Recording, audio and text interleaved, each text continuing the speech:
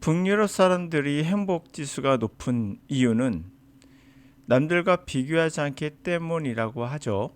실제 북유럽 사람들은 고층 빌딩보다는 보시다시피 4층이나 5층의 옛날 가옥들도 많죠. 그만큼 높은 거에 대한 내가 위에 있다는 개념보다는 누구나 비슷비슷해 보일 수밖에 없는 집들이죠. 이런 것도 특징 중에 하나죠. 자, 남들이 좋은 차를 타고 다니는데, 남들은 학원도 다니는데, 남들은 대기업 다니는데, 남들은 스카이 대학 다니는데, 남들은 서울 소재대 다니는데, 이런 불필요한 비교가 자신을 불행하게 만들 수 있다는 얘기예요. 사실 우리나라 재수하는 학생들은 다 불행합니다. 그들은 행복할 수가 없어요. 불행하죠. 이런 비교나 부러움은 동기 유발이라는 점에서는 의미가 있어요. 다시 말하면 나 어떤 대학 갈 거야 이렇게, 나는 뭐 대기업에 또는 연봉 높은 데 갈 거야, 그런 의대 갈 거야, 이것도 동기 유발이죠. 그 동기를 누가 시키는 것인가 하면 부모 그리고 학원 강사가 거의 압도적입니다. 또 학교 선생이죠. 이들은 동기 유발만 해요. 그래서 고등학교 때 대학 탐방이라는 것도 있죠. 대학 탐방이라는 게 뭐겠습니까? 가서 멋진 건물들 보고 자유로운 건물들 보면서 이 대학 가고 싶다라는 동기 유발에 맞춰져 있어요. 다시 말하면 의미가 없어요. 의미도 없이 동기만 부여합니다. 부러움은 그런 점에서 좋은 것이 아니에요. 의대에 목매는 이유도 사실 여기에 있죠. 학생과 부모 그리고 학원 강사까지 학생들에게 동기만 부여합니다. 그 가치, 자신의 어떠한 삶에 대한 가치, 그런 다양한 생각들을 못하죠. 한쪽으로 몰아가는, 어찌 보면 말과처럼 한쪽으로만 달려가게 하고 있어요. 부러움이라는 감정이 동기라면 생각과 이성은 과정에 맞춰질 수 있어요. 인생에서 가장 중요한 것이 동기 유발이 아니라 실제로는 과정이에요. 동기 유발만 하는 무책임한 학원 강사들의 정신교육, 따끔한 충고는 무책임하게 선동에 지나지 않습니다. 실제 학원에서 이 정신교육, 따끔한 충고 때문에 이수, 재수, 삼수, 사수하는 학생들도 많아요. 결국 이들은 이 학원 강사의 좁은 세계관, 이 좁은 세계관은 굉장히 매력적입니다. 이유는 좁기 때문에 답이 명확해 보이거든요. 인생에 답은 없어요. 근데 답이 명확해 보인다는 얘기는 가짜라는 얘기입니다.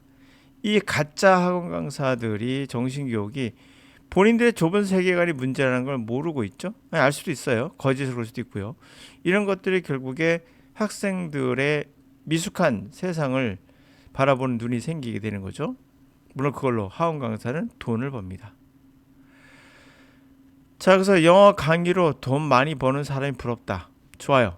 그래서 영어 강의 할 수 있죠. 이와 함께 기존 영어 강의의 문제를 해소하고 새로움으로 사회에 이바지하겠다는 생각이 함께 있어야 올바른 태도입니다. 내가 의대를 가겠다, 그래서 돈을 많이 벌고 싶다. 좋아요. 이게 동기부여 맞습니다. 근데 플러스 뭐가 있어야 되죠?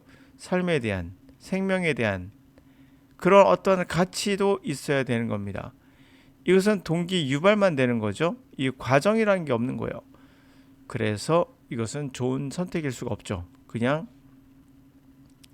의사 하나 추가요 같은 그 정도 가치 발견은 없는 거죠. 의사 하나 추가돼도 사회는 바뀌지 않습니다. 그러나 새로운 것을 찾아내서 발견한 의사는 큰 도움이 되죠. 사회에. What about human emotions? 모든 인간의 감정 중에서 none of trickier, 좀 까다롭고 more elusive, 좀 더 이해하기 어려운 것이 바로 envy, 우리말은 부러움, 이런 게 아니겠는가.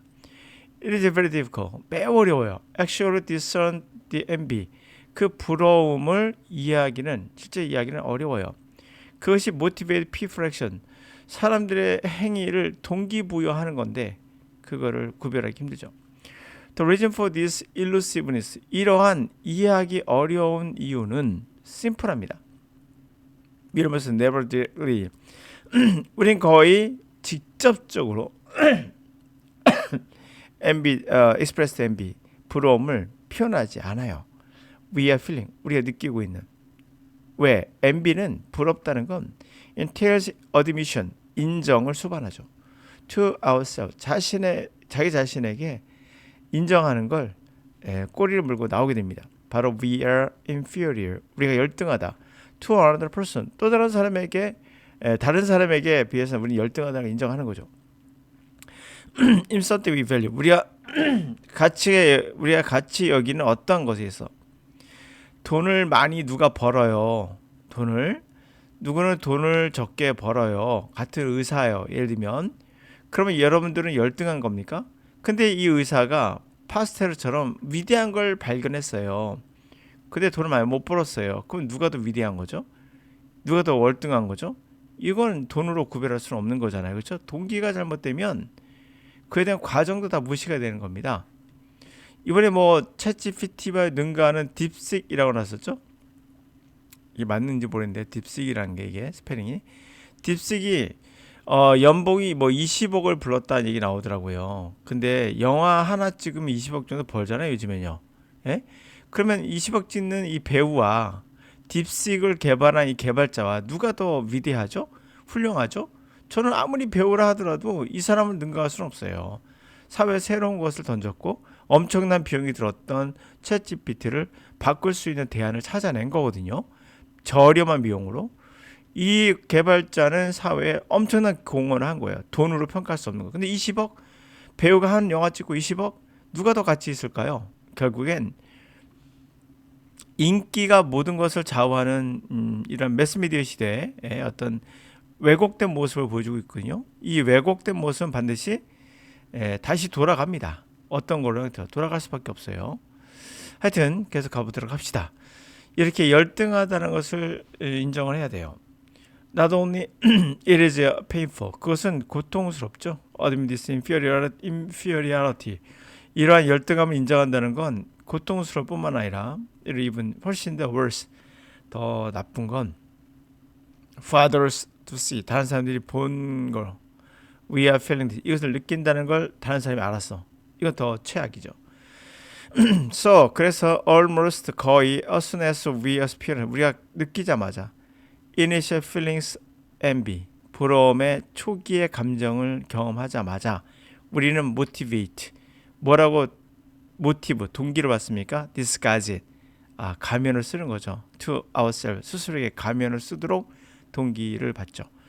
is not envy 나는 부러운 게 아니야. we feel 우리가 느끼는 게 envy가 아니라 unfairness 불공평함이야. distribution goods 재화의 분배 attention 관심의 분배 이런 것에 불공평해. resentment 분노 이러한 unfairness 불정함에 대한 불공평에 대한 분노 또는 anger 화가 나는 거죠. 심지어 화도 나는 그런 거다라는 거죠. 자 그러면 결국에는 우리에게 있어서 동기만 유발하는 학교의 어떤 그런 방향 강사들의 모습 결코 우리는 용인할 수는 없다.